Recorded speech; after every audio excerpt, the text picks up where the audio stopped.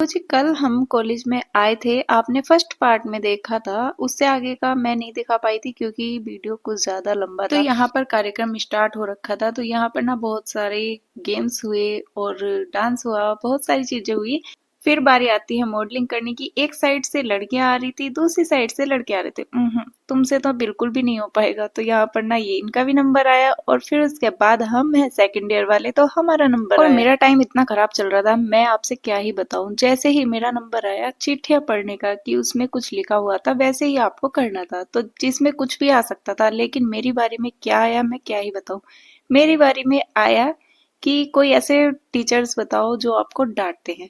अब मैं ठहरी साल भर में एक दो बार जाने वाली, तो मुझे तो ऐसा कुछ नहीं था पता था और ना ही मैंने किसी से डांट खाई थी। फिर मुझसे एक बार और उठवाई गई थी पर्ची, जिसमें आया था कि आपको गाना गाना है।